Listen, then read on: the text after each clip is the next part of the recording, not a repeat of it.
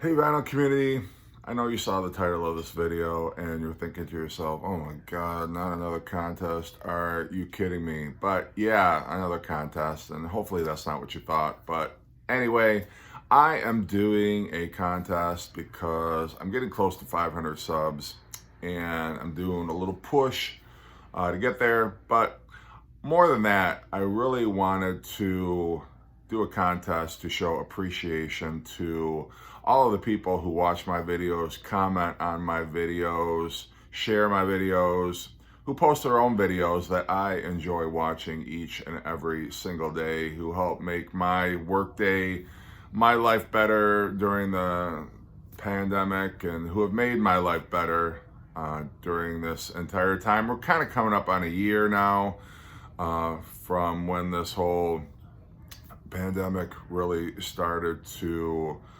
unravel. And that was actually when I kind of started making videos in earnest, was back then. And I never expected I would get anywhere near 500 subs, to be honest. At the time, it seemed like, number one, my video content was pretty weak, not a whole lot of compelling stuff going on there. And secondly, I just thought like I was making videos in a vacuum, because a week would go by and I'd have maybe 10 or 11 views. And I know that's how it is when you're starting out making videos in the, whether it's vinyl community or the, arts and crafts community or whatever it might be. It's just slow going at first. And yet over the past year, I've developed so many friendships, so many cool people that I've met, so many cool channels that I have been able to check out. And more than just the subscribers, it's really been about the relationships that I've made.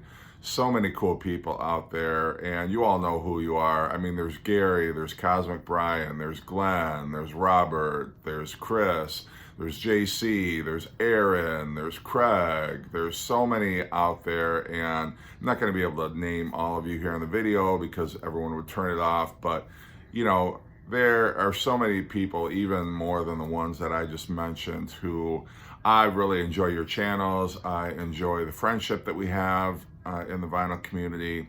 And so this video is really my way of saying, hey, thanks, and I value your friendship. I value all my viewers, and I really look forward to the next year. I think it'll be a lot better than last year, hopefully, for all of us. Maybe we can actually this year get out and meet each other face to face rather than over Zoom all the time. But anyway, without further ado, so this contest is going to be pretty simple, I hope. I want you to show 5 albums that shaped your musical taste, the musical taste that you have today. What were 5 albums that were instrumental in getting you into the types of music that you like? So for me, if if you've watched any of my videos, I'm a huge Beatles fan, so got to start with the Fab Four. And I'm going to go with this album because this was one of the first Beatle albums that I own. And it's not even a Capitol album, it's on the VJ label. It was their first album release in America, so it's got a lot of their early stuff on here. But this, somebody actually, it was my uncle, not the one whose house I raided the other day, but another uncle who picked this up for me. And this was one of the first Beatle albums that I used to listen to on the crappy turntable that I had. One of my first exposures to a true Beatle album. And even to this day, I love the tracks on here. It is not, for me anyway, by a long shot, their best album, or does it contain their best material? But I really got heavily into the Beatles, playing this over and over and over again. Before I heard Abbey Road, before I heard the White Album even, before I heard Revolver or Rubber Soul, I was listening to this album. I saw her standing there on it, Ask Me Why, Please Please Me, Do You Want to Know a Secret, Twist and Shout, A Taste of Honey, track after track. It's really great. It's not even Meet the Beatles, but it is an album that I fell in love with early on, and the rest, they say, is history. Now, So there's a lot of different musical styles that I am into, but I would say, classic 60s rock is one of them. But another is 80s new wave alternative. And this album, I was really shocked when I heard it and actually liked it, because up to, I would say, like the early 80s, I was only into classic rock. I was listening to albums by Boston, by Foreigner, by Journey, the Beatles, Elton John, and I really thought anything that was outside of that was considered, new wave or alternative or post-punk, I was not going to like. It was going to be too harsh on my ears. It was just going to be too heavy, and you know, I was certain I wasn't going to like any of it. So when I heard this album for the first time and I actually realized that The Cure were awesome, it really opened my eyes. And it was kind of an epiphany for me, the fact that, wow, there's a whole nother world out there that I could be exploring. And The Cure was kind of my gateway to that world. REM and The Cure, really, but I'm picking The Cure because The Cure, their album covers were just kind of strange and dark, and I was sure like it was borderline death metal. And so when I put this on for the first time, I was like, wow, this stuff is actually pretty awesome. You got Boys Don't Cry on here, A Forest, Let's Go to Bed, The Walk, which are very poppy, The Love Cats, In Between Days, Close to Me, which were college radio staples. But yeah, this album, I love The Cure, I love all their music, but this one was my very first exposure, and I really, like I say, I thought, wow, now I'm really cool. But another genre that I like a lot is progressive rock. And progressive rock was something that, I heard bits of Yes on the radio, Emerson, Lake and Palmer back in the day, but I always thought like, I don't know that I like it. I like more 60s rock. I'm not so much into that early 70s, long, extended, 8-minute tracks, the stuff with a lot of, fancy musicianship on it. I wasn't sure, just wasn't that heavily into it. And then I got into Pink Floyd in the late 80s and blew my mind. I mean, it was Dark Side of the Moon, but I don't really consider that a progressive rock album. However, when I got the cassette of this album, that was when I decided I really need to start rethinking my impressions of progressive rock to that point, and I really needed to go back and revisit. And then I realized how great Yes were, how great early Genesis was, Emerson, Lake and Palmer, Rush, all those, Jethro Tull, all those great early progressive rock bands. And so just based on the fact that and it wasn't something, when I heard Wish You Were Here for the first time, it wasn't an album that immediately I was like, ooh, I'm in love with this. It was something that had to grow on me, but once it took hold, I was all in, and I was totally in love with progressive rock from that moment on. Next genre, next album, I should say. I had always just kind of played it safe with my classic rock. Well, I like Beatles, and I like Rolling Stones, and I like The Who, but not sure I like anything harder than that. Black Sabbath, Led Zeppelin, some of the heavier bands that were out.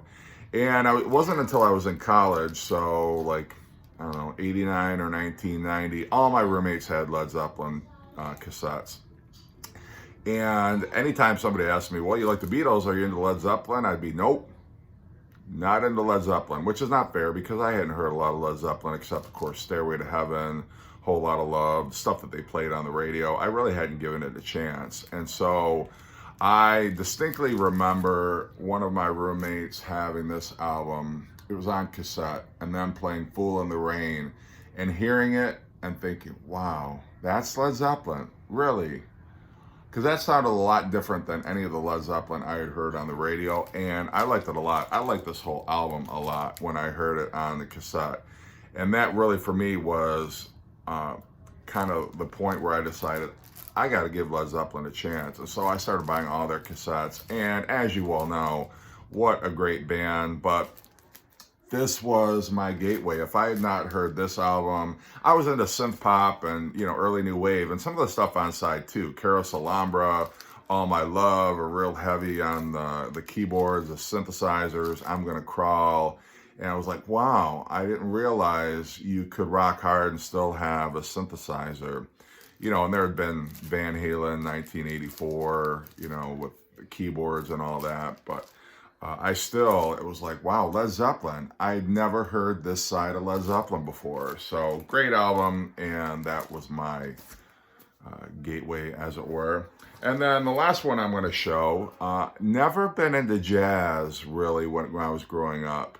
Always thought it was, oh, that's music for old people, or it's music to hear on an elevator or in a restaurant. Jazz, not for me. Never even gave it a second thought. And then I was in college and I took a music appreciation course. And our instructor put an album on by this artist, Pat Metheny. And it was actually this album. And the song that we listened to was Minuano 6/8, which is the lead-off track on here. And it really blew my mind. To be honest, you know, the only jazz that I had really kind of appreciated up to that point was Sting's Dream of the Blue Turtles album, because that's, if you've heard that album, that's got a lot of jazz elements in it. And I thought, well, nah, I like the Police better, but okay, it's an enjoyable enough album. But then I heard this, and it really opened my eyes, like, wow, this is jazz. I had no idea. And this is a fantastic album. Pat Metheny incorporates so many different rhythms and textures. He's a melodic guitar player. There's vocals without any words. I think it's Lyle Mays, just a great vocalist. Or not Lyle Mays, I'm sorry. David,